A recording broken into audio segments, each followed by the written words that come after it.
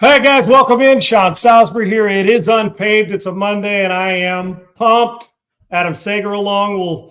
Stegs, before we get to Coach JB, Triple E's here. Laura, we say behind the scenes, but she's kicking ass for us, as she always does in our production part. Stegs is here. Coach JB at the real Coach _JB will join us in a second for his regular Monday visit, and I'd imagine there'll be a little passion coming out of his mouth today. Stegs, real quick. Were you shocked that Michigan got physically manhandled by my Trojans? Oh, should I wait for that? I was. I was too, in true sense. Congrats to them. I mean, yeah, they played awesome. They came out and they kicked ass in both sides of the lines. And the running back who went nuts, Wilson, is it the backup that came in, just went crazy? Back up my ass, right? Yeah, USC did everything that they needed to do in that game to prove themselves as a team. I think that Illinois loss, you kind of go back and look at and you think, okay, I don't think that they're that team anymore. I feel like they've kind of turned that. It was a wake-up call, Sags. So, yes, and Maeva is one of the best quarterbacks in the country. I mean, Makai Lemon is arguably, I know you have Jeremiah Smith and others. Yes. Someone pointed out that he is exact replica of Amon-Ra St. Brown, the way he plays. That kind of fits. So there's a lot to like out there in LA, and Michigan didn't show up. They continue to not let Bryce Underwood do what he does best. And it's just, and then losing Justice Haynes hurts. I know Jordan Marshall was good, but when you lose your top back, who's the top back in the Big Ten so far this season, it hurt. It should be a wake-up call for Sharon Moore and company. No doubt. Stegs and joking because we had a little fun side bit. But I was shocked by the way USC came out and just manhandled them. Stegs, we'll hit this in probably a lot tomorrow. I'm going to get to JB, but real quick, that's the best physical performance. I'm not talking about physical where they're throwing the ball. I'm talking about guts, body blows, toughness that I've seen in over a decade from USC. I talked to a couple of my former player alumni buddies today and almost taken aback. Not that they're not talented. That's the first time they won, the quarterback talented. That's the first time they won, Sigs, where they said, you want a fist fight? We're going to bring it to your ass. And it's not a quarter fist fight, not a half fist fight. It was a full-blown knockout shot. Yes. And they did it, hit body blows to a team that is not used to getting beat that way.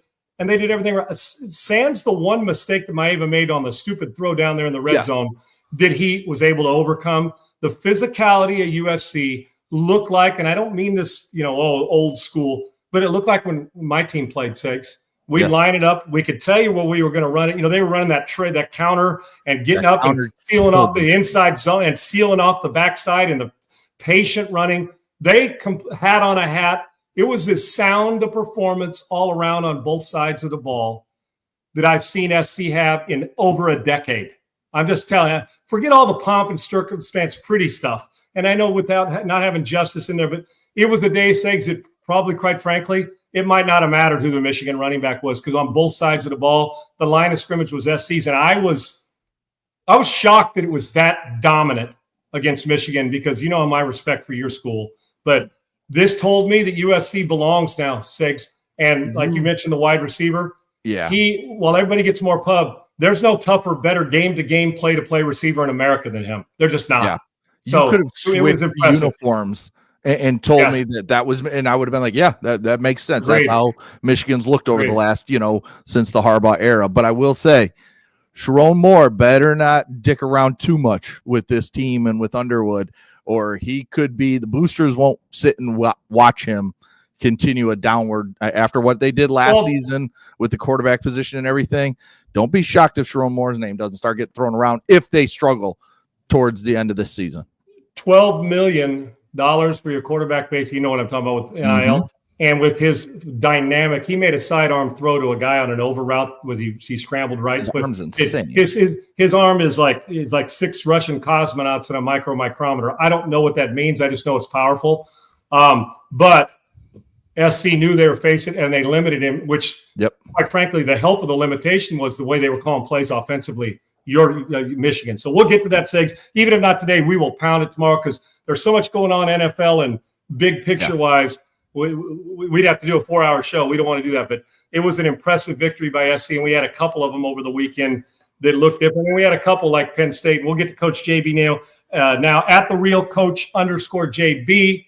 Segs will be back here in a few minutes. We'll get JB on now. To come in and chime in. And real quick, JB, you're right there in the backyard. You know my Trojans. We've been really pretty with offense and Caleb and Heisman Trophy winners and finesse you to death. That was the most impressive. I'm even going back to Oklahoma. The most impressive coaching commitment and dominance and physical dominance. I'm talking about at SC. We've had in over a decade, JB. The line of scrimmage look different for me. Really? Offensive defense. Oh, it's not really. It's a fact. I'm not about the quarterbacks better than Caleb. We have not had physical domination in the run game and stopping the teams that were more physically dominant than us. It's been a decade since we had that impressive a physical showing. Now, who knows where it's going to lead, but that looked more like my buddies that I played with and that I talked to over the weekend. That's how USC wants it to look, and it was an impressive win. One of the more impressive they've had in a decade. And all that just to look worse than UCLA? Well, if SD plays UCLA on the weekend, brother, we're kicking their ass. Trust me. Hey, so if UCLA goes on a run, if UCLA goes on and wins out, what is Noel Mazzoni going to get a job? And he should. He should. I thought Noel should already have a job. I thought our old asses couldn't coach though. That's what I thought. Oh yeah, what a shock, right? It's amazing what a veteran coupled with a guy who's new had to teach him how to call plays. I'm so happy for Neuheisel and for Noel. I am, but don't start bringing UCLA into this, Tom. You giving SC a compliment on. So you're telling? Well, I still think SC looks shitty. Here's my I'm talking about Saturday. They didn't look shitty at the domination of the line of scrimmage. Maybe I don't think Did you see the numbers or running the balance? Oh yeah, and that was backup, like third string backs. They just were finding holes. I don't know. I'm not sold on Michigan either. But here's the thing: Lincoln scares me any big game though, because he'll score so fast. He'll score so fast. Like, you know what I mean? He'll score so fast because he's so good. He doesn't understand the macro level of the head coaching position is to keep my defense off the football field, and that's cost him last year against the 3 M's. Michigan, Minnesota, and Maryland. SC gave up those games on the road. Should have never lost those games because he scored so fast. But did he learn in this one? It's the same Lincoln, but in Illinois, I saw the same Lincoln though. That Lincoln comes back though. You need 3 more. You need 3 more games of this to prove that this is a trend of dominating the line. You got a doozy. You got a doozy coming up. You got to beat Notre Dame because I believe this is a playoff or bust game. Okay, they beat Notre Dame just like they did Michigan. Physical at the line of scrimmage and really good quarterback play. Will you say Lincoln's turned a corner on how to handle a team, or are you just going to say his DNA says this is temporary? Which one is it? I still think he's temporary as a head coach because of I think he's a great offensive guy, and I think I would love to. I wish he was Nick Saban's OC for a year, just like Sark and Lane and all them guys, because they learn how to be head coaches. With them? You learn how to be head coaches at that time. Like I don't think he ever had to. You know what I mean? I get what you're saying. You think he would learn under Stoops a little bit. And I don't know if he did because I think he was so macro focused on offense because he didn't have to do anything. And trying to get a head job at the time, right? Yeah. And Stoops handled the day-to-day, and I don't believe he cared about the day-to-day at that time as a young play caller. Now you're the head coach, and now you have to care about the day-to-day. And the day-to-day, Sean, and you and I understand, other people may not. It's study hall, grades, classes, collectives, NIL now. What kind of food we're serving in the building and on a plane flight, and what we're wearing. Yeah, girlfriend, baby mama pregnant, and kid getting to call 2 in the morning. Yeah, like balls deep, those kind of things, right? My balls in your jaw, my balls in your jaws, and my baby mama's pregnant, I have a DUI, and I got a coach. Look at all this negative stuff. See, I'm trying to focus on we dominate line of scrimmage. You got guys banging, bringing babies to the forefront. You got Lincoln now still stuck in Bob Stoops' time. Can we just do one favor for me? Let me bask in this because our guy Noel. I couldn't be more proud of him at UCLA. I really couldn't, even though they're rival. But can you just give me the one game analysis, thinking that can you let me love something I haven't seen in 10 years or more? No, I hear you. Dominated. I know Michigan may not be the Michigan you like, but at least they built. Going in, the perception was physical versus finesse. And as Seg said, you can reverse. And if you would have put SC in Michigan's uniform, that would have felt like that's who Michigan was. So I know you're right. Notre Dame, we got to do some proving and show it's a trend that you're changing. But you do beg the question, JB, that is spot on, is are you who you are? As you know, how you grew up in that, spread them out, let's go. But maybe, just maybe, the learning curve has hit him. But we've got to see more of it. But just for one Saturday, it was as impressive, regardless of the opponent, was at least their approach, JB, where it wasn't a passing fancy. It wasn't 38-35, and we got one late touchdown or late field goal. At least we knew the domination at the line of scrimmage was pretty impressive over it's really hard, regardless of who Michigan is, to dominate them because that's where they live. So I'll take it while I can get it, my man, right? Yeah. Now you got to be optimistic, though, man. We want to see good football in LA. The rivalry between UCLA and SC in LA is always was a childhood rivalry that we all woke up to and had barbecues over and everything else. Yeah, we played against the same guys in high school. They were our buddies, and then we go play against them in college, or teammates for that matter. And I didn't want to see an absolute mollywop like we've seen over the last few years, even though UCLA got them a couple years ago. Listen. Now, hopefully, it's trending that it'll be a good game again, at least. Right. Hopefully, at least some sort of decent game. I know you don't want to hear that, but at least for the fans. I do. I think. But you know what I mean? It's not that aren't partial. Like you played there, Sean. You should be pro SC. I'm just saying, like for the fan, hopefully it's not just a fucking 60-point mollywop. JB, in truth, even now as a guy who played there and been in that rivalry for 5, saw it every year and played in it. For me as a fan, even though I'm a Trojan, my respect for Noel and that. And when they're not playing us, I root for. The truth is, I'd rather have a 27-24 game, JB, even as a fan, than I would 55-10, where the party we're barbecuing at your crib, and all of a sudden it sucks after we went to a tailgate because the game's over in the middle of the second quarter. So I'm with you, which leads to mollywop, JB. Too soon, too late, right timing for James Franklin. Careful what you ask for. You're ahead. That's what I'm saying. They've won a lot of games there, just not the biggest ones by any stretch of the imagination. You've been a head coach. You know how quick knee-jerk we are. Is this knee-jerk? Could it have come sooner or should it have come later? Is it a mistake during the season to fire James Franklin at $50+ million still to come, right? Or $60 million, whatever it is. It seems like Oregon got him fired. Here's the thing. I heard of it from an inside source, a buddy of mine that has the ears on the ground there in Happy Valley, that they had this meeting Saturday night, Chancellor involved and everybody, and they brought up last year's playoff run.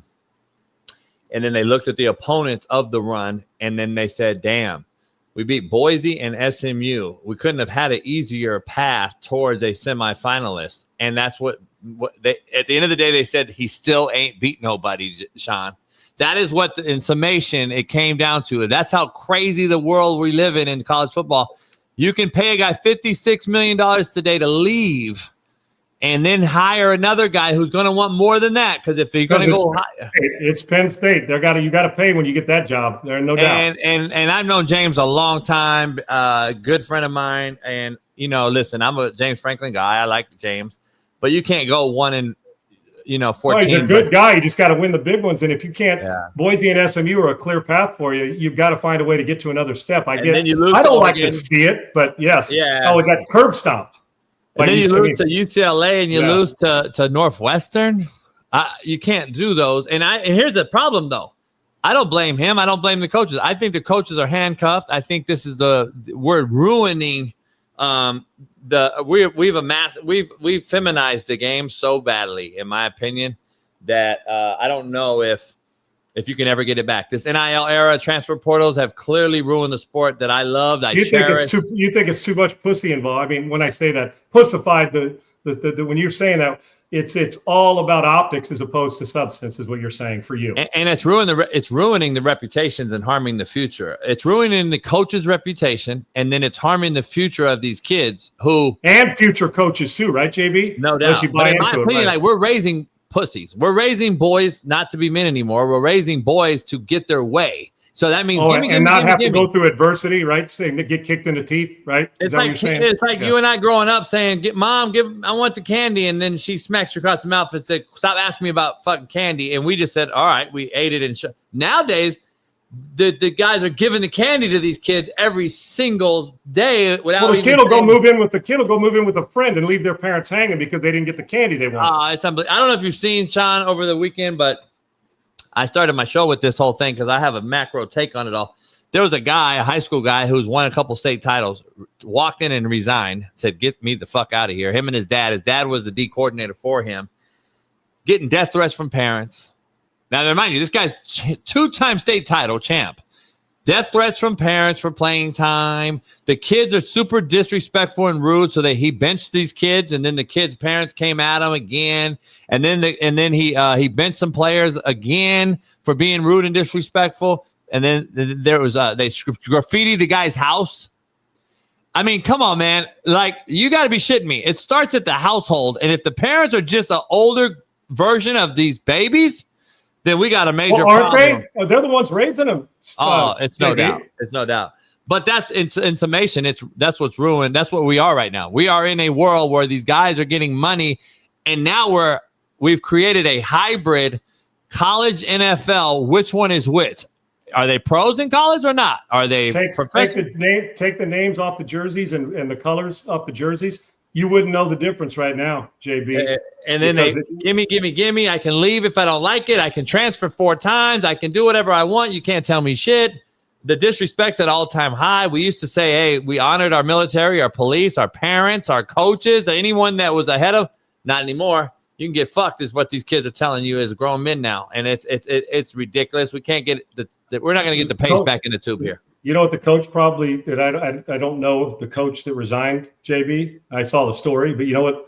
For me, you get to a point where it's like, if I don't resign, I'm going to punch these kids right in their friggin' throat. And then I'm going to get in trouble. So I got to walk because I'm not coaching or teaching. Yeah. I'm not going to babysit it. Well, that's what I mean. The kid, the parent, the kid where the dad comes over and wants to fight you because you're not playing his kid or he didn't. It's like, dude, you know what? That's not going to end well for you. So you wonder why there's a referee shortage? You wonder why there's quality coaches shortage? You wonder why there's youth Pop Warner kids for a snow cone? Yeah, hell no. These young kids just to get yelled and cussed at and shot at by these fucking weirdo parents and shit. Are you kidding me?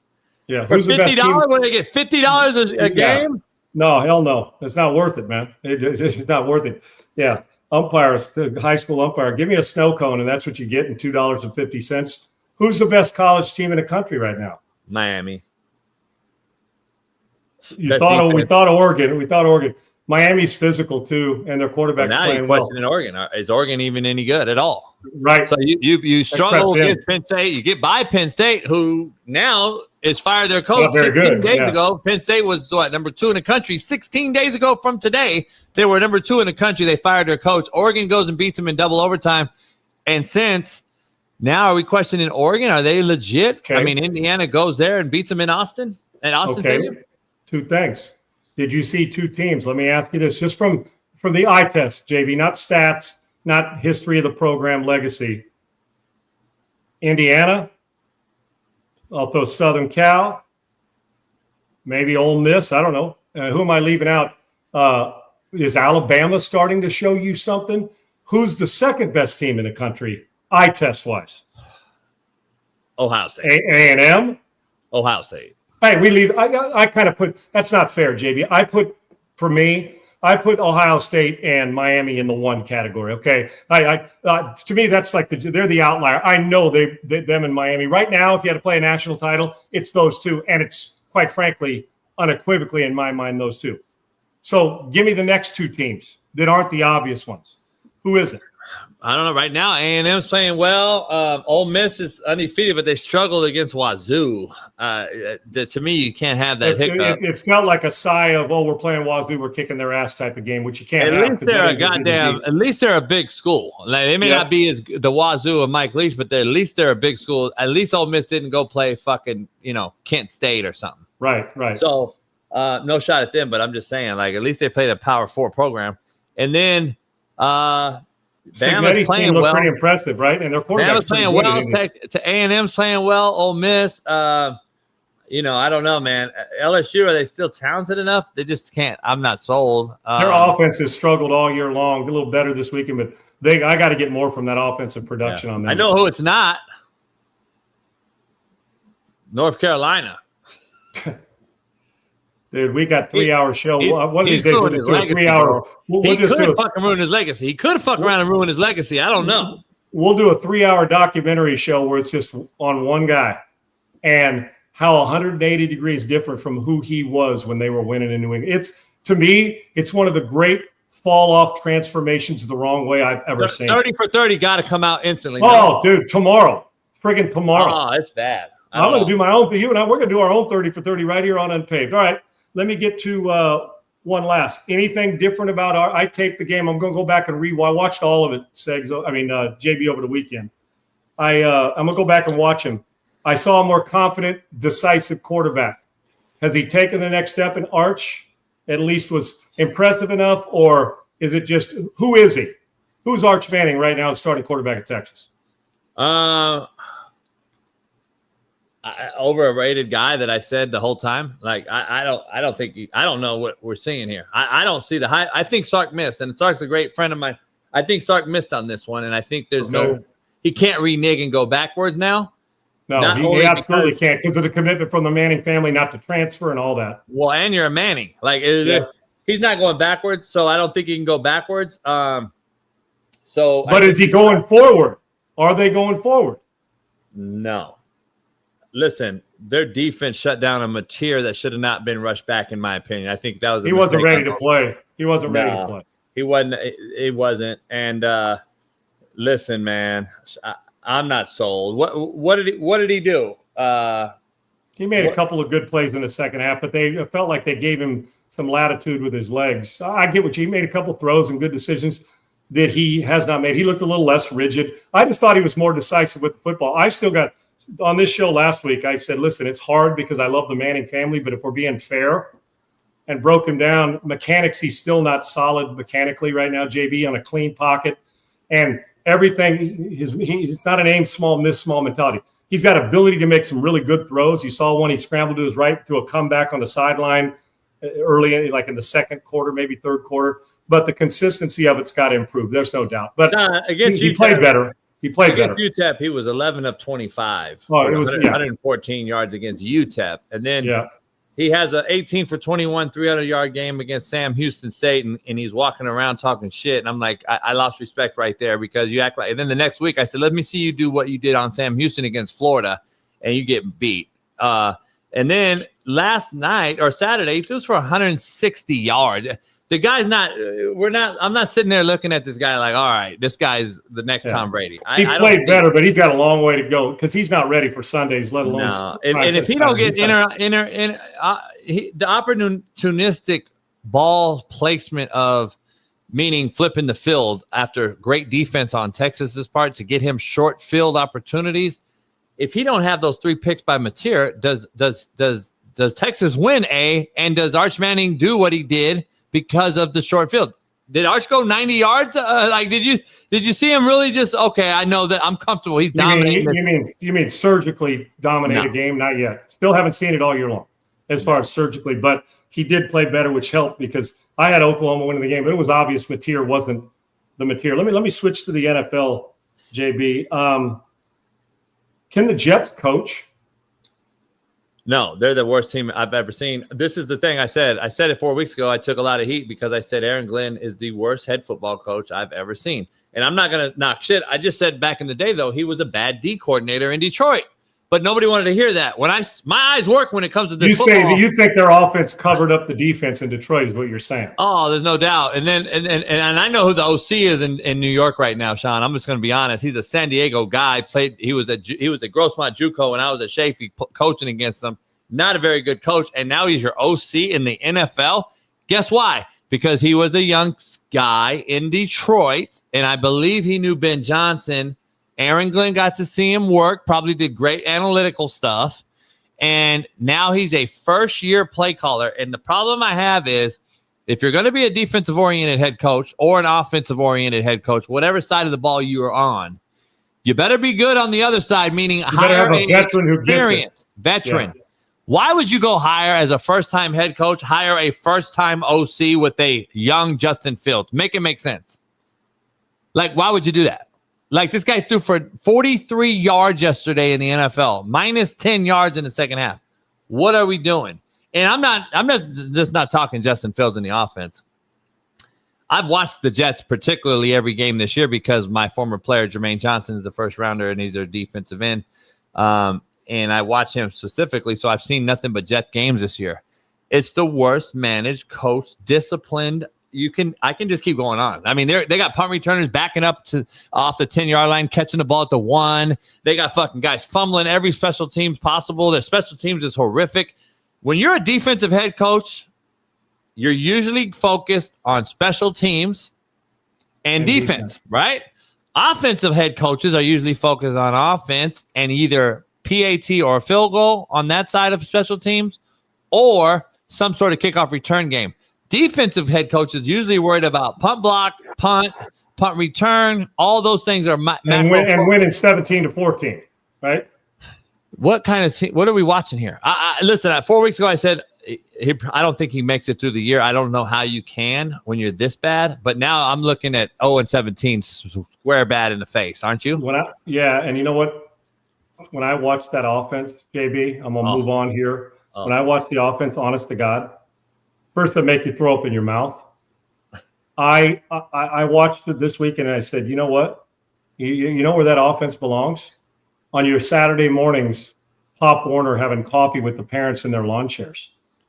I'm dead serious. This is going to sound awful. You and I can walk out of this studio today, and I would have had more than 50 yards passing, calling plays for them. I don't want to just put it on one person. That team is so lost and so ill-prepared offensively. It is as brutal a watch as I've seen in a long time. Not to take a shot at another alum of yours, but goddamn, Mark Sanchez could have came out of there with a sling and threw for 12 yards. So Mark Sanchez would have thrown for 200. I'm just saying. I'm talking about right in street clothes. Yes. Right out of getting booked yesterday. Yes. It's a bad watch. All right, Tua, JB, you and I are strong locker room guys. And if you're going to call them out, you better let them know first that you're calling them out. And he obviously put his name on it because he did it in a presser. Is this an I confess he did it situation, and does he immediately lose this team? He already lost the team. But from a personal and respect, I'm not even talking about the production. I'm talking about, has there been too many hints of Tua being an I confess is somebody else's fault deal? Yeah, I get female crybaby ass bitching, moaning vibes. Like, being a pro fits the head coach right now the way they're teaching it, right? I mean, the softness of it. And by the way, don't throw your head coach under the bus now. You wanted him. Yeah. Like, what are we talking about? You didn't want Flores because he yelled at you. It's like being a pro, Sean, that you can tell me if I'm incorrect here. You were a pro. I was on a practice squad, never really got to a game. You made it. You played it. Being a pro means either, you have a standard that you have to hold yourself accountable to, correct? On and off the field, absolutely. And in the locker room. And so, which is to lead by example and not to blame someone else, correct? Absolutely. Better to be seen and than heard, right, when it comes to that. So to me, your lack of professionalism here in this situation, which is to choose not to lead by example and to blame others, is a bitch-ass cop-out. That's my personal opinion on this. Like, you are that's a bitch-ass cop-out for a leader that has a C on your chest that just got paid $55 million after crying and bitching and moaning about not being paid. You got the money. You wanted your head coach, offensive-minded guy, and you can't get the ball to Waddle. You can't get the ball to anybody involved on that offense. You weren't even getting the ball to Tyreek Hill. And now you're stuck there and yet to win on the road in cold weather. Like, to me, that screams femininity. Yep. JB, you know what it also tells me? I know you believe in this, and we haven't even had this conversation, but I know you agree with me as a former quarterback, you yourself as well, and a coach.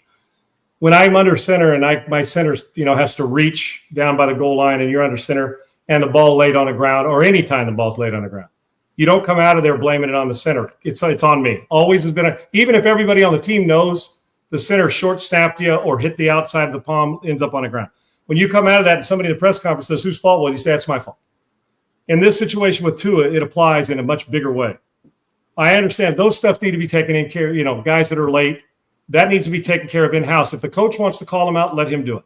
Your job is to do that behind closed doors, stare him down in a meeting room, show up, talk it, and then go perform it, because there's got to be a lot of we's instead of they. And that was a they comment instead of we.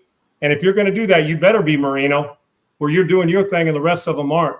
He ain't Marino. And as much as I, admire Tua's toughness after what he's been through, this is the quickest way. The quickest way to gain a team is to take blame when it's not your fault and make sure they all know you got their back. That's the number one priority of a quarterback in a locker room, regardless, a team leader.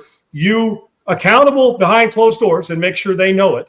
But you are basically the mouthpiece, and you need to, it's a we thing and an I thing. I got to get better. I got to fix it. And all the stuff not showing up for meetings, that's for the organization to take care of. It's not your job. You're not the CEO. You're not the boss. You got somebody that is the guy you report to.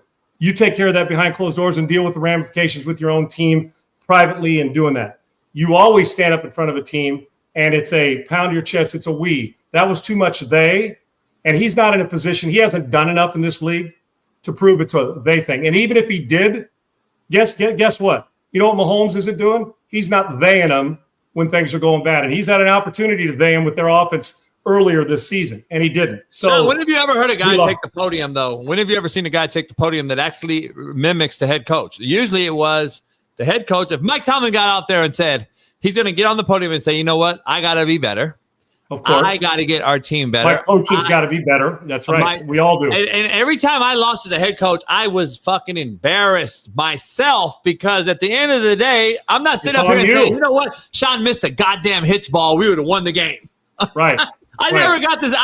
In my mind, you and I go back to the meeting room and they're like, fuck, man, if you hit these throws, I don't look like an idiot. But you're also, but I'm a grown up man to say, you know what, I can't miss that throw. You're exactly right, but we do it behind closed doors. But I didn't get on the podium and sit here and say, well, our leadership's shitty. And you threw 3 picks, Tua. Yeah, Tua's lost the respect of a lot. Forget performance. I'll go back, as I've said. Dan Fouts told me a long time ago before a game, leadership is not basically throwing for 400 yards. Leadership is getting the shit kicked out of you in the pocket and delivering the ball. That's how you gain players. Players don't care about your stats. No. They care about their own when they want to get paid. But with their quarterback, they care about, do you have my back and will you protect me in the good times and the tough times? This leads me to my final question for today. John, leaders create more leaders, not followers. There's no question. There's absolutely no question about it. And leaders don't tell you, they show you. Okay, that's exactly what they do. Instead of being in the back saying, hey, man, get in there and catch that fish, they run you in there. They dive in and catch the catfish with their damn bare hands and bring it out, even if they're cut up. That's what you do. And it sounds cheesy, but it's just a fact. The best leaders I've been on will fight for you, not fight against you. And then they'll take care of the stuff, the hard stuff behind closed doors. If that means a fist fight or a yelling and screaming match, oh, well, but you do that behind closed doors. You don't air that laundry. Just like you don't air your parents or your family or you and your wife or whatever it is. You keep that in-house and you handle that, because good leaders, the ability to shut up when it's time, and Tua needs to put a friggin' muzzle on it and perform better, because now it's okay, that's how it's going to be. Because I got news. I've seen players that the lay block and okay, Tua doesn't believe in us. Yeah. Well, let's see how he does in this A-gap blitz. I'm telling you, it does happen. My final question: did we underrate the Kansas City Chiefs the last 4 weeks? Have we underrated them? Are they back? Who are they? Well, they just lost last week, so I don't know. Against a pretty good team, though, right? Yeah, I think last night's performance against a good Detroit team who had won 4 or 5 in a row. We were like, okay, is Detroit back and blah blah blah. You got 2 questions now. Are the Chiefs getting healthy? They're going to get Rashee Rice back next week. Are they back to what we thought the Chargers were supposed to be this year after beating them week 1? Now you're questioning, is this the Chiefs division again? Because after that beatdown last night, I don't think Detroit was ever in that game. And Spagnuolo showed who he was versus a rookie, wet behind the ears OC in Detroit. And to my point is, and Eric Weddle, who was on my show today, it goes back to your Jets talk, JB. Goes back to your Jets stuff. There's levels to this coaching thing, and you saw it last night with Spagnuolo against a rookie play caller, and I think that kid will learn because he's a good one. He's not the same guy that the Jets have, obviously. He's a good one, but it's going to be interesting. Is Detroit now on the watch block now after that performance? And we had him as a top 3 team in the league going. This league shifts every single week, JB. Yeah, and now are the Chiefs serious again? We'll see. I mean, because the defense is still, Chris Jones got hurt last night a little bit on the elbow. Is he going to be healthy enough to continue? And then are they going to get some help up front on offense when they play the better pass rushing defenses? I don't know, but I don't know, man. The Chargers are so banged up, they could have fallen in right back into the AFC West. Yep. Yeah, and there's no doubt in JB with that. Getting Worthy back, you can see makes a difference because it gives you bandwidth. And then Rice, too. We probably, with an Andy Reid team, we'll probably overload our mouth with our ass a little bit too often because you know what? He's never going away. When you got the guy under center, regardless how you feel, and you got the guy on the sidelines and the other guy who is a Hall of Fame defensive coordinator, period. Yeah. And by the way, I don't think Hollywood game plans are brilliant. Hollywood Brown's not getting enough credit. They got 3 now, JB, when they're fully healthy. And Kelsey looked a little rejuvenated last night. And Juju, if you notice, he's using them. A kid I coached out here, a Long Beach kid, he's using him more as like a H-back hybrid tight end. He's so big that you can put him as another type of H-back tight end type of guy in the slot. They realize he's no longer the X and Z guy, that you got to move him so you can get maximized whatever you're maximizing. JB, great stuff. You can get him at the real coach _JB every single Monday, and the JB Coach JB show every single morning. JB, what time does it start? East Coast time for live for you guys? 9 a.m. Eastern. 6 on the Pacific Coast. Yep. In the Central Time Zone, obviously, that's 8 o'clock. JB, great stuff, brother. I love you, and good job. And you know what? Take the Trojans and stuff it up your ass. We played a good game last week, okay? Give us some credit for one we got. Yeah, cut him off. Go Bruins. Love you, brother. Good stuff. All right, brother. That's at the real coach _JB. Let's bring Segs back in. I'll turn it over to you, Segs. Let me echo the sentiments real quick, and you can go where we started. But I got a problem, a big one. I listen. I'll always rally around a guy who has hit rock bottom and knows it. But when he's in the rock bottom and his team is looking to, instead of dig a hole deeper in rock bottom with a shovel, you start to dig a hole on the side so you can climb the fuck out. Yeah.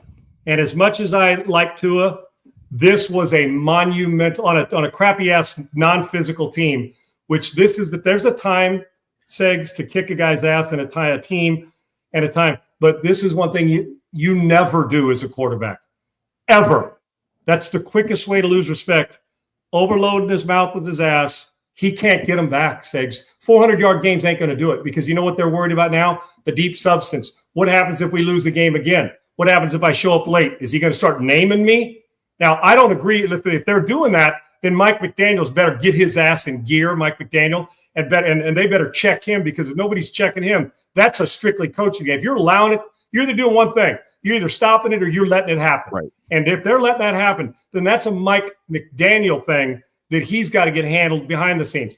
The last thing a guy needs to do is stand up at the podium and give it a they. We got guys. Well, I also know another. We got guys turning the ball over and can't win in cold weather. And that guy's making $50+ million. This was a monumental leadership. It's leadership 101, just like in business 101. What is it, Segs? Buy low, sell high. If that's all the business instructor tells you and you never learn anything else, buy low, sell high. It's the same thing here. Listen, no matter when you're going good, give everybody credit. When you're going bad, take all the blame at that position. And you'll serve because the guys in the building know who's fucking up. The guys in the building know who's late. It doesn't really matter what the person on social media thinks down the street. And now you know what they think? You're a chicken shit sellout. And if they think that on the street, what do you think? What do you think the guy sitting in the locker room, the right guard, are thinking? You just can't. And here's the saddest part. The two biggest leadership positions in the planet in a locker room and an NFL college high school are your head coach and your quarterback. And both of them fail the test. And you wonder why the Miami Dolphins can't beat the Miami Hurricanes. There you go. Yeah, I mean, and Coach JB said it.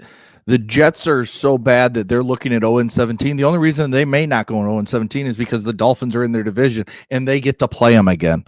That's the only reason that might keep them from going 0-17 because the Dolphins are a disaster. They are a pathetic watch, are the Jets, dude. A pathetic They watch. are. When you're talking about the Dolphins, they're kind of like my second team. My dad loves the Dolphins, so I grew up kind of just following them. That about your pop. Yeah, I wouldn't say I root for them, but I just follow them a little closer. And it's just sad state of affairs right now down in Miami because McDaniel doesn't know what he's doing. I mean, he came in with such I thought, potential to continue to grow as a play caller, as an offensive mind. And it's only gone backwards. Like, it's like you gave him too much. A head coach is too much for him. He's one of those guys that it's too much for him to go from right there. But yeah, that was bullshit yesterday. That was worse than what Brian Branch did. And we'll talk about that in just a few minutes. But I mean, Tua selling out your team like that when you suck week in and week out.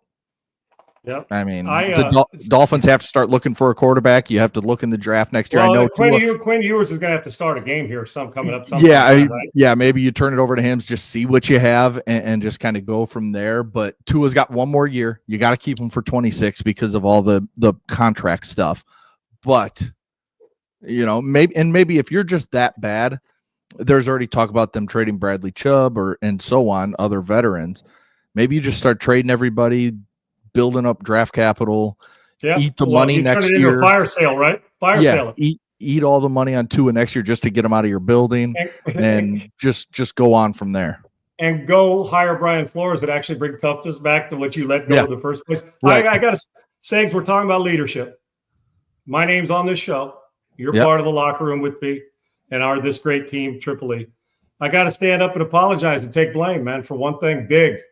And it slipped me because, when you're going through reeling off names of teams in college that you say, this team's going good. And I've given this team this school a ton of respect this year. Matter of fact, on Friday I did when we were talking about games this weekend and teams that are impact. I've also talked about this team on stay tuned over the next year or two as they continue to spend. Well, a good friend of mine who's also a part of companies that advertise that he's one of my best friends on the planet, he sent me a string of texts that say, well, we'll leave it out because he's my boy. Yeah. But he's right. I got to stand up as leader, say, my bad, I missed. Because what I'm saying? We're talking about Miami and Ohio State and Indiana. You know who we left out? He said, I'm going to jump through this effing screen to get to you because he's my dog. But he's right. So as a leader, this is not Sags. It's not Jamie. This is on me because I actually got caught up in selfish on my Trojans because they were so physical. But you know who we left out? That they're not even close yet to being who they're going to be with the way they spend, the friggin' culture of the head coach, the way they're doing, the university, former alum that are player, they're heavily involved in raising the money for NIL, and they're doing it. Matter of fact, this is the best it gets since Mike Leach, is Texas Tech. So I stand up, I bow my head, I tip my hat, even though my hair's all fucked up, to my guy. And you know what? I deserve to be cussed out more than that. More than I got cussed out. And he's right. Defense is playing great football.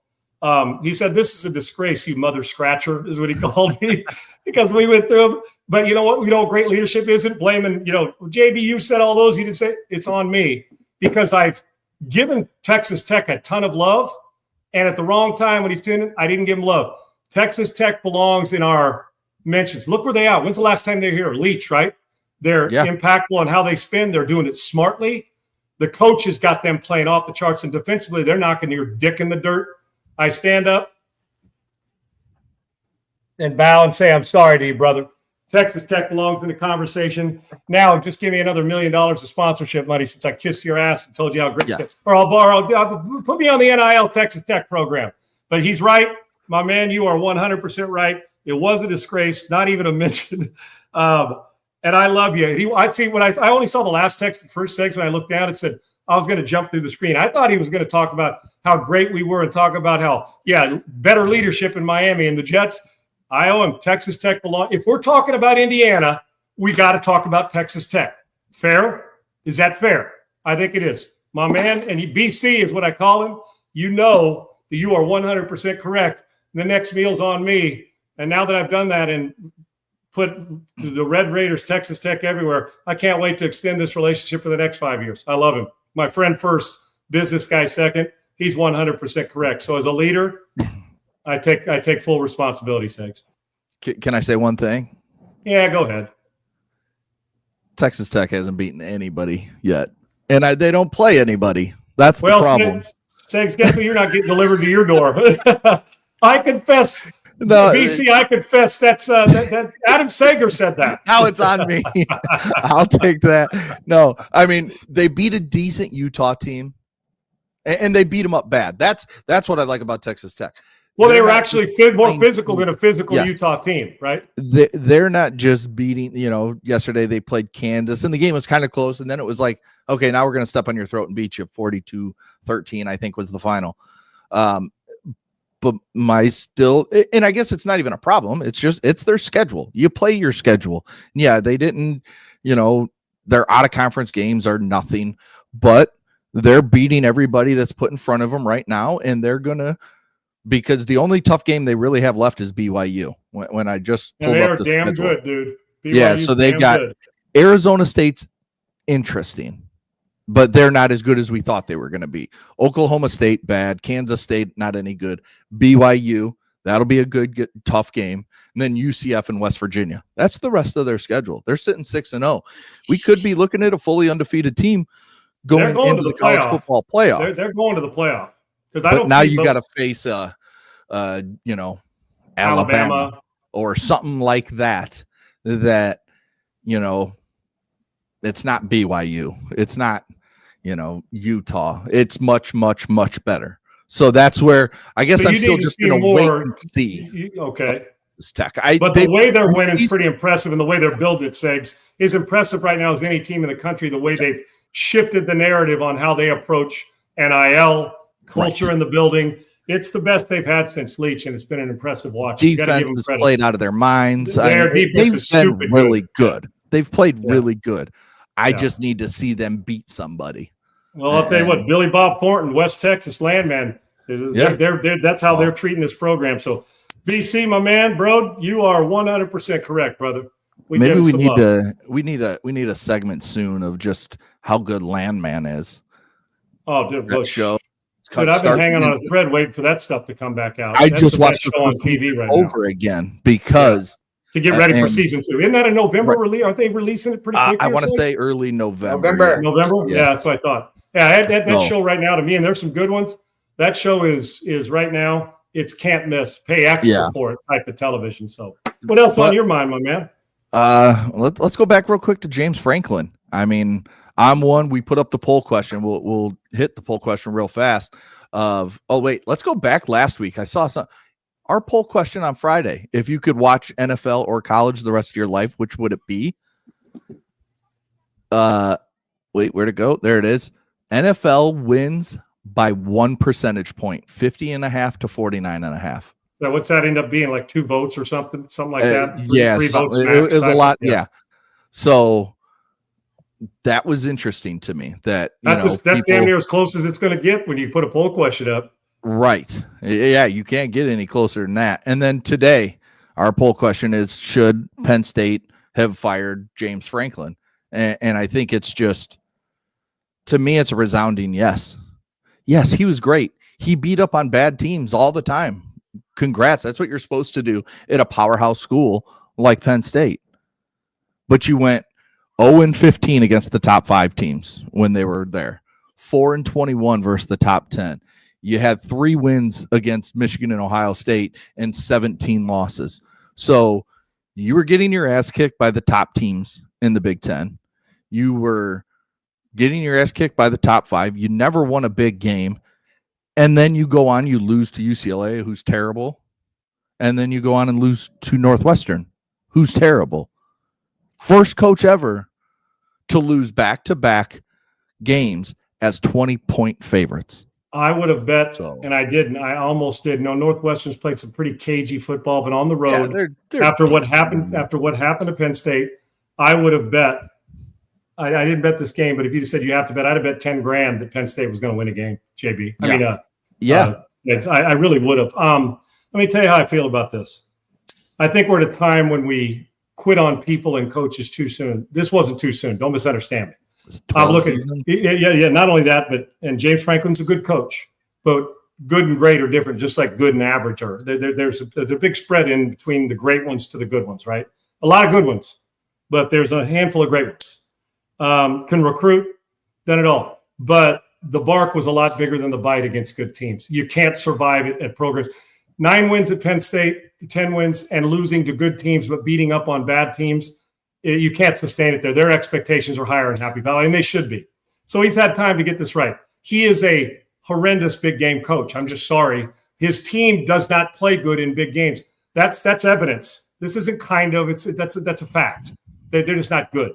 And when it comes to big games, and they don't win them when it's nut cutting time in big moments.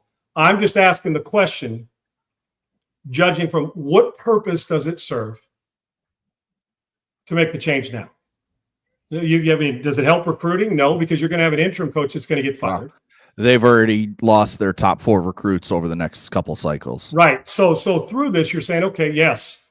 And so you say, now, if you said during a season, I can go out and get, the guy that you're going to get when the season's over, and he can come in and start being instead. Hey, you could tease him. And hell, if that's the case, you got an interim coach here now. Say, guess what? Urban Meyer is going to be our head coach next year. Right. And we hired him, but we're not going to start till 2026. Those 4 recruits may damn well come back. That's how you want to save it. But I'm only saying this from a optics standpoint. Listen, when you don't win big games and you're at Penn State and you're not winning a national title, but you it's nice. You're selling out. There's 95,000 people all the time, but you're losing. And now they're losing to teams that they shouldn't lose to. That tells me the locker room's lost and James Franklin's speech is old in the lot. It just is. Now he'll get another job, I would imagine, and he'll go coach and he'll help somebody. And he's been successful at all levels. But success at Penn State's winning a national title and playing in the championship game.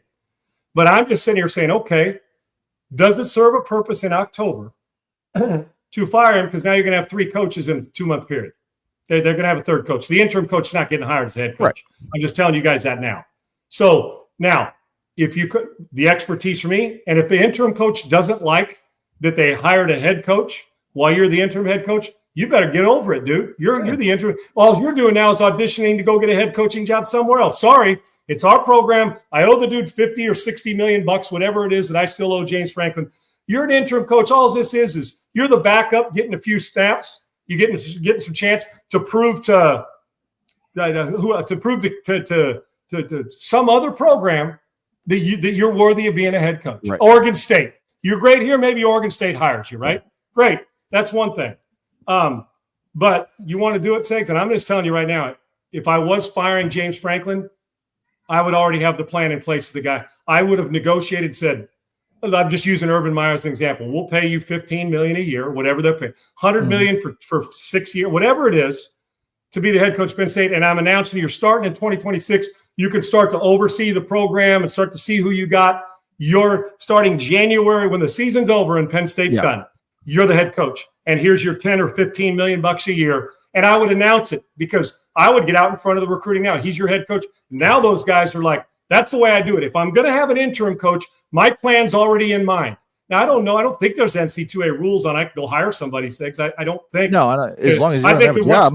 Right. You go get him. You're not tampering with anybody. Right. I would hire him, and I would let God and the world know as loud as possible. That's when I'm firing. I just don't know what purpose of. Okay, so even if you go on a run, Segs, what are they going to do? They go on a run and win 8 games? Great. And the interim coach is out of a job? Now, if your buddy, I don't think their plan is, let's do the interim coach a favor. I want to give him 7 games or 6 games so he can go get a new job. That's just going to be on him. That's the only question not the timing. James Franklin's fine. Don't worry about him. He's $60 million fine, plus whatever he's already made. And the program needed a facelift. They just did. But if you're going to do that, I would have already had Urban Meyer or whoever that guy is going to be our head coach. And here's what he's paying. This is the interim coach, and they're going to go and play for him. And then boom, and watch how the program and the narrative of the program shifts on a dime. I would have done it that way. I just don't know the purpose it serves in hiring an interim coach. It's the same staff doing the same shit they were doing that didn't win games anyway. So all of a sudden they're going to become heroes. And what's Aller's situation? Out for the season. There you go. Done. Yep. So a guy, and you talk about average, and I hate to see a guy get hurt, but the performance told that guy's not a top 3 round pick. Okay, he's just not. Right. And I hate that he got hurt, but he's not. So once again, quarterback to coach underperform, coach gets fired. Now he's going to make plenty of money. But I would have had a plan in mind already, and maybe they do, but I'd announce it sooner to save recruits from leaving that program because it's a hell of a program.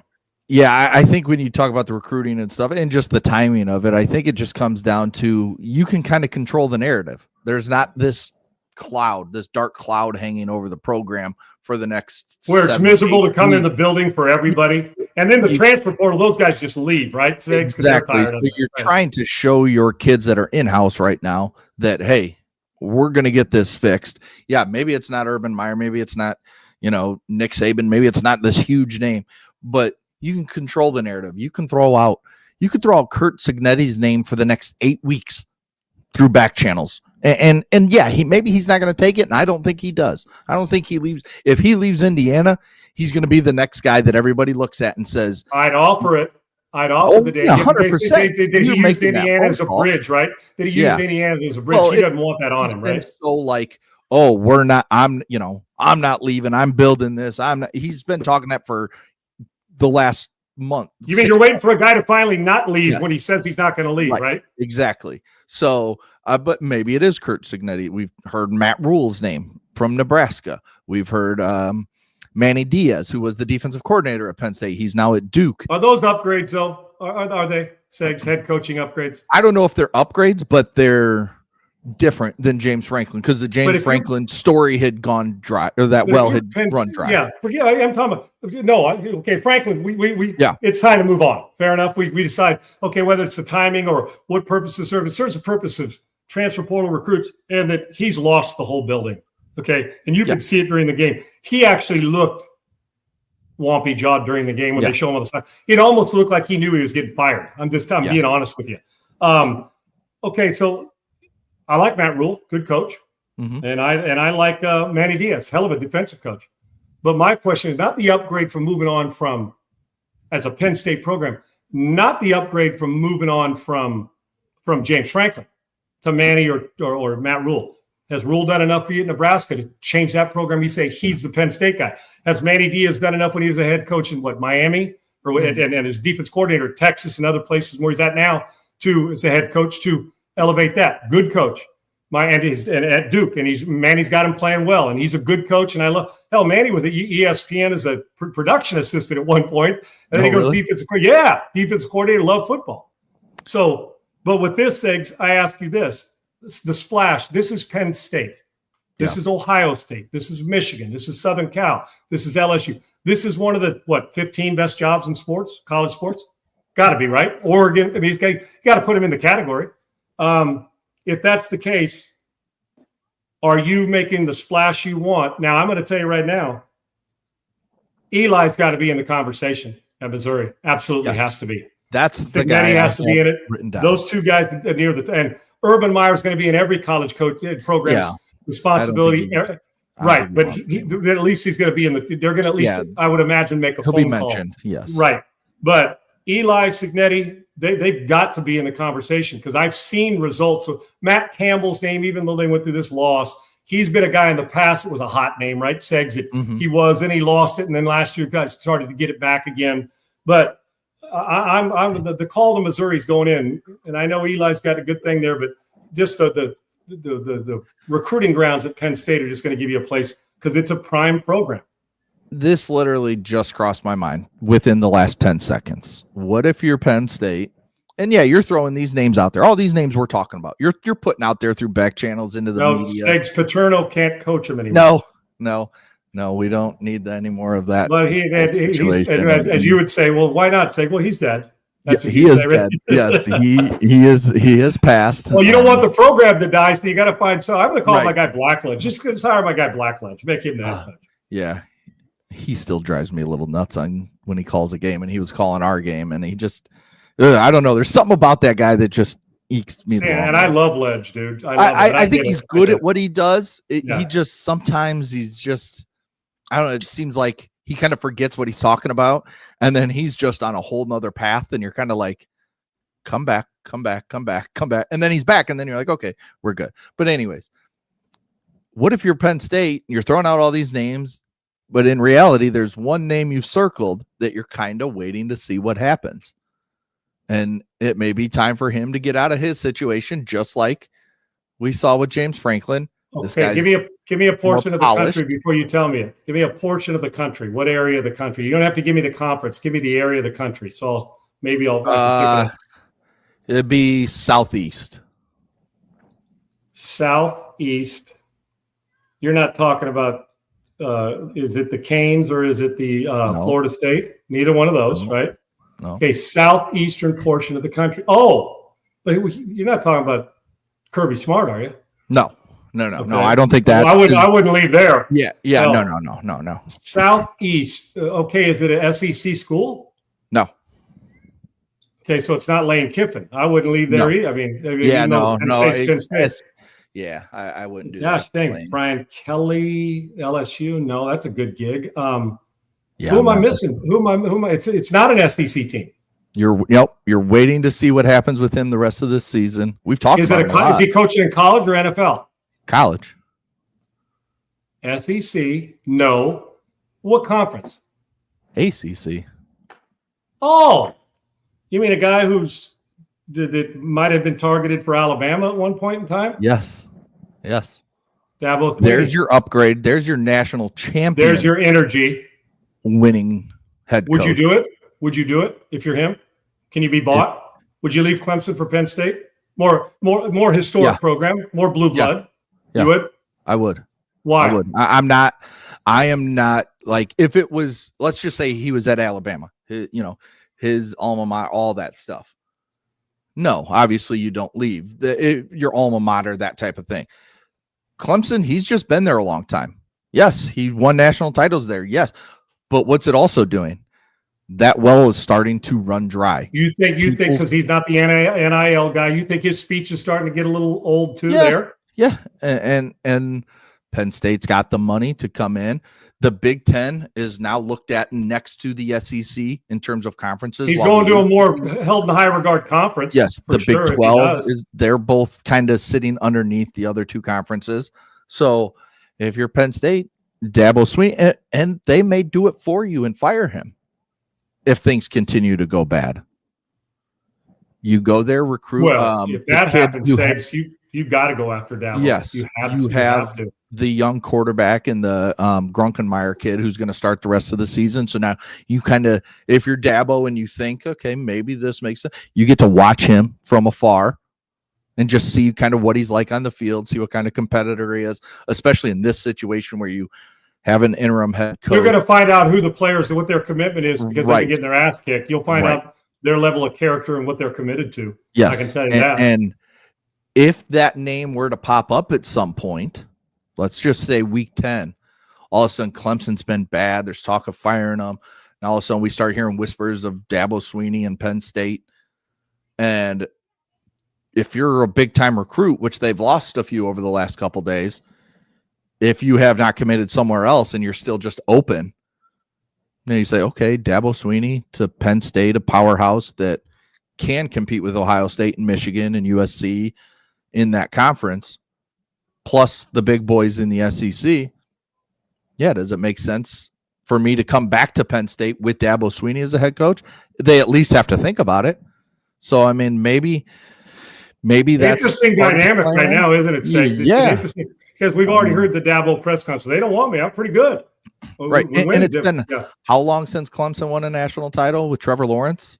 He's been in the league 5 years now, and they won it. Yeah, so I mean, was it his freshman or sophomore year? What's half a dozen, 7 years or so? Maybe 6, 7 years, 7 years, something like that. So it's not like he's coming off a national title, 2 years ago, and this is just a bad season. They're ready to reset. And maybe they are there in Clemson, maybe. But with the way things seem and the losses earlier this season and Klubnik not playing well, like everybody had him projected as the number one pick, there's just a lot to consider when it's Penn State, Clemson, and Dabo Swinney.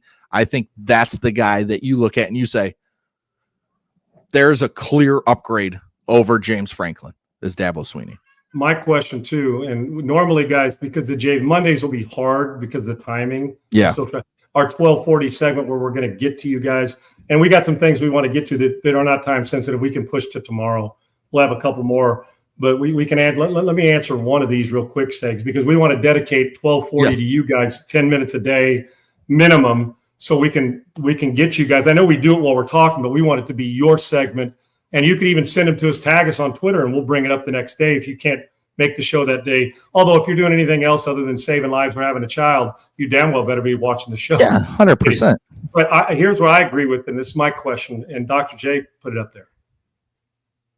More evidence that Dabo is committed to adjust to college football.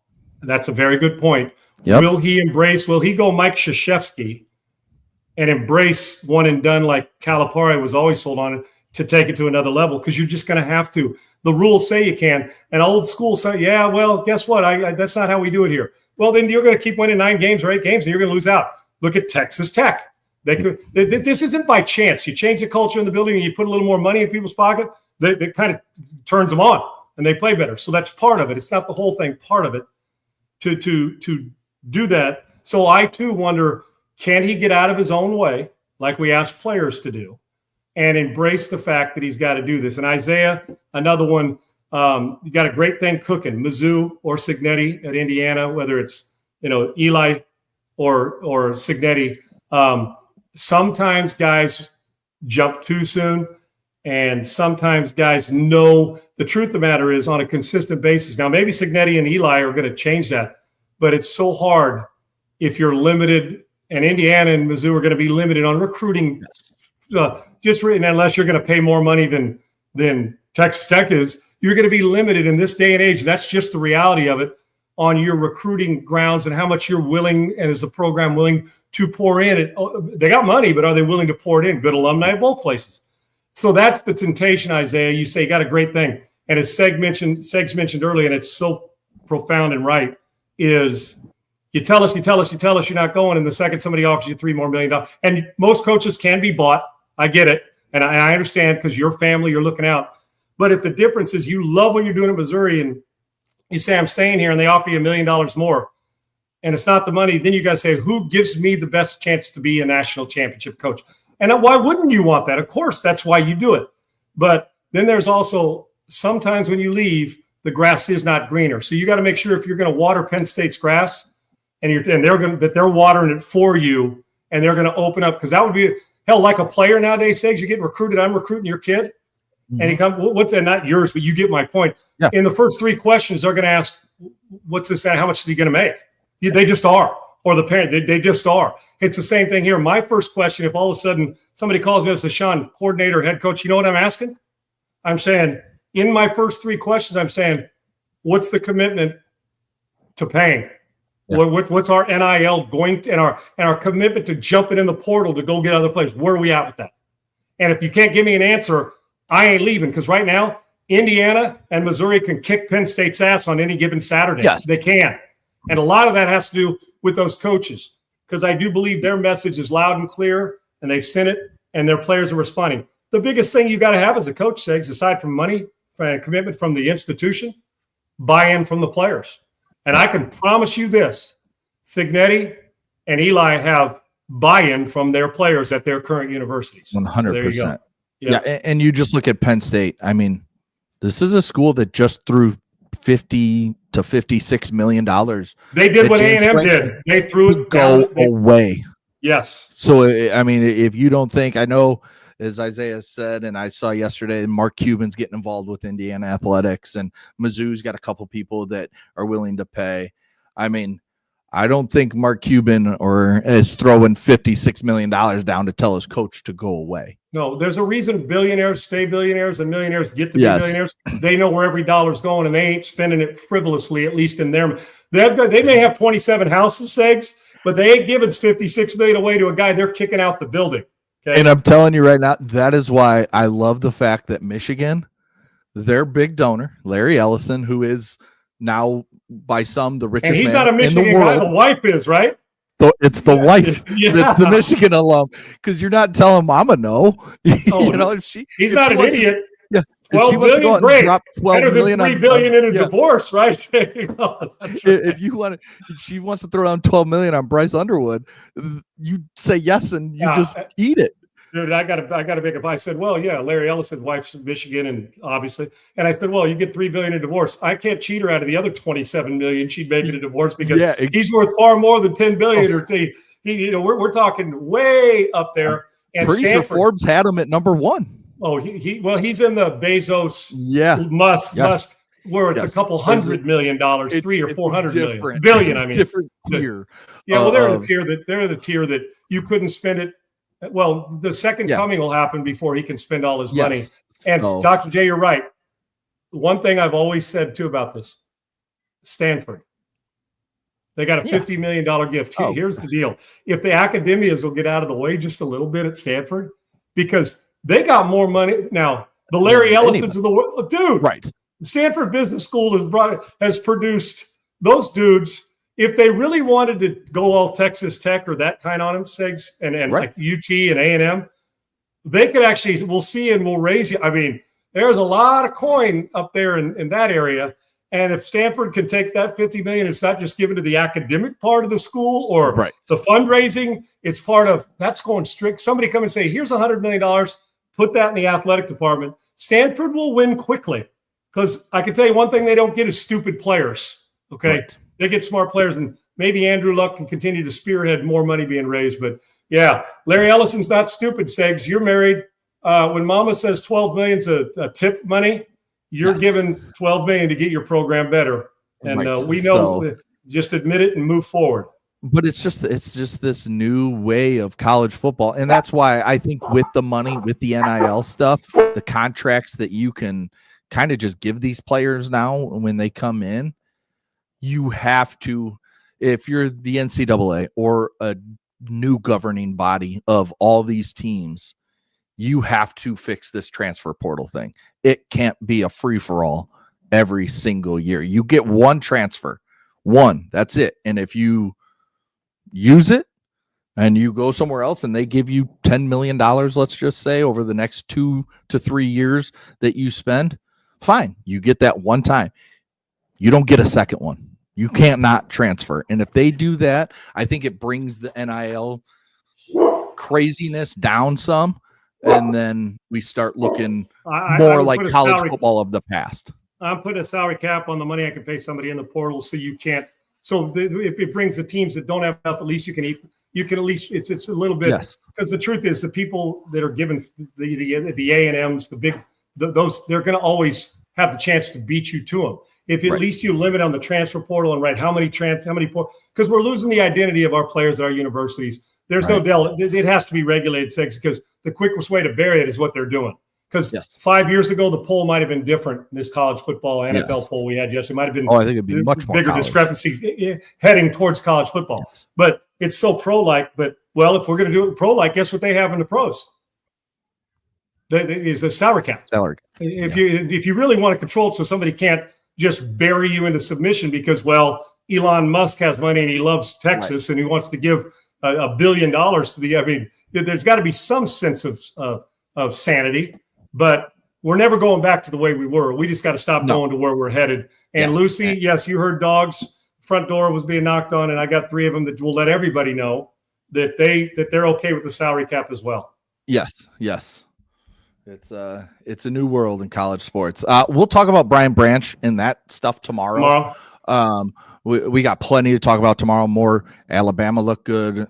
Indiana, as we've talked about, looked good. We'll talk about more college football and NFL tomorrow.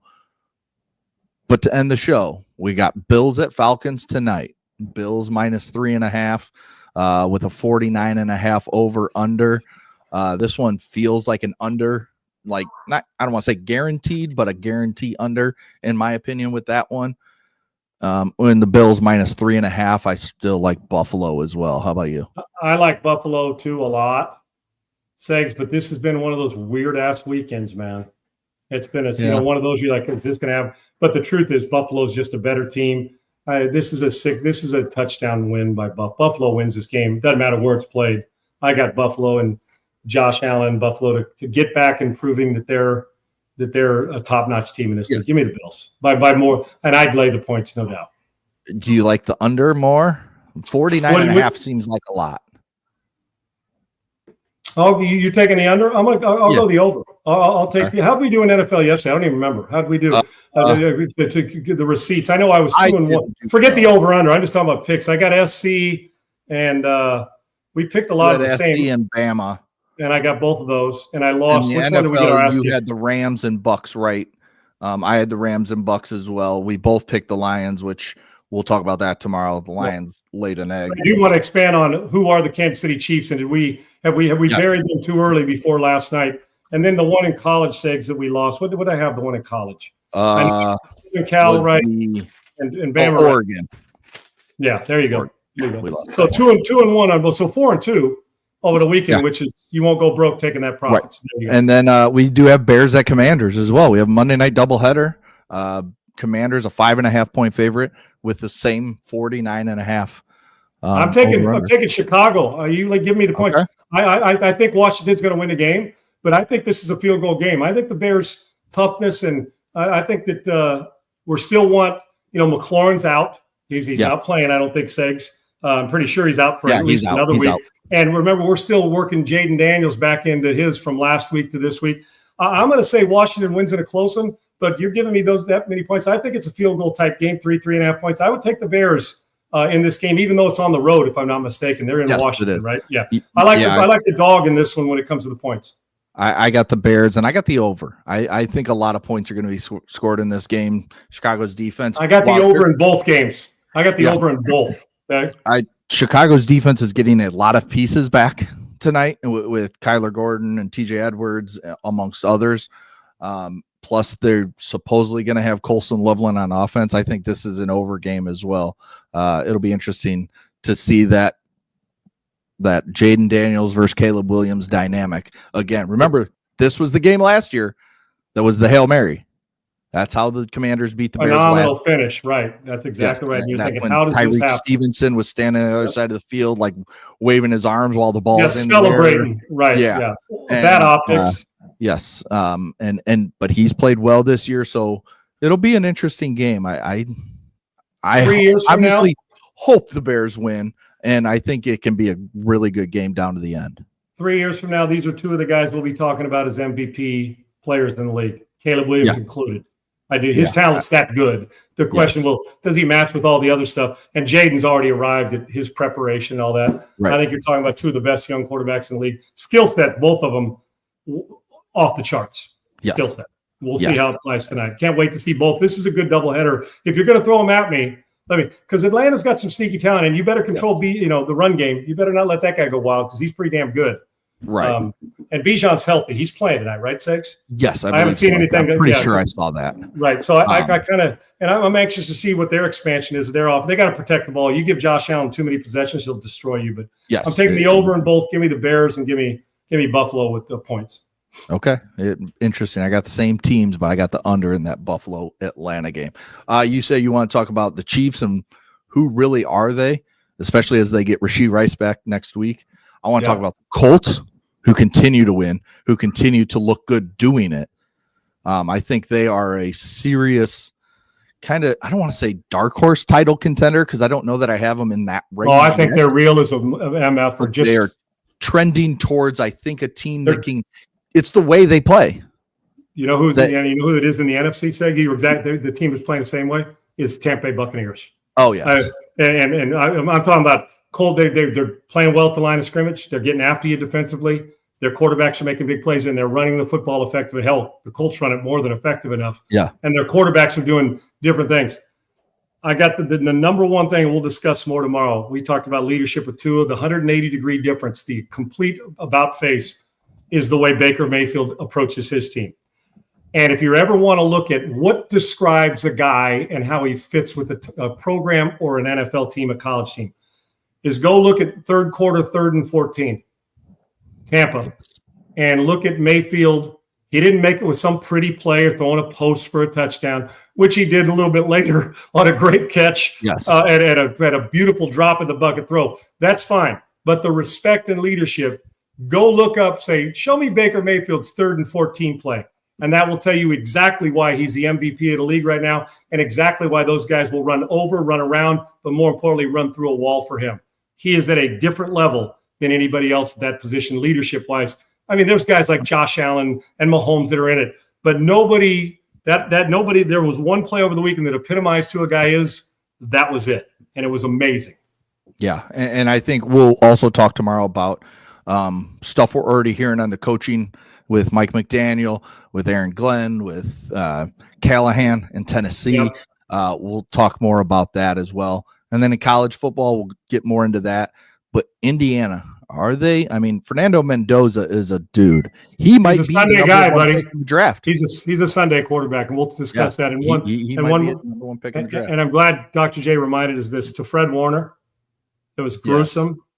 It was it's a hard watch. And two, I think is as good all around the best defensive player in football. There's guys that are pass rushers. There's no better leader on defense or better player. And the San Francisco 49ers, how they continue to have to deal with this is crazy. But more importantly, for Fred's full health and for what he means to the team and what he means as a human. And I know a lot of guys get hurt, but that was a gruesome look. I hope God bless you, brother, and heal quickly because it's important. Well, there you go. Yeah. Well, Tennessee's moved on from their head coach, and we'll discuss that tomorrow. Yeah. This is no surprise. Can I say my favorite thing about the weekend was Tez Johnson, who caught that ball from Baker Mayfield, the little 150-pound wide receiver from Oregon, who as fast as can be. Isn't he Bo Nix? Isn't he Bo Nix's stepbrother or brother lived with him, right? Their family took him in and helped raise him. But after the game, he's being interviewed talking about his touchdown catch and all this stuff. And he's like, I heard chants for MVP. And I was like, whoa, guys, not yet. And they had to tell him that it was for it's such the way he just said that was a great point. You got such great energy too, Segs. You know what I'm saying? And oh, by the way, Tampa did that with their fourth and fifth receivers making plays in the game. Yeah. And by the way, Evan, and now that dude celebrate. You see his front flip?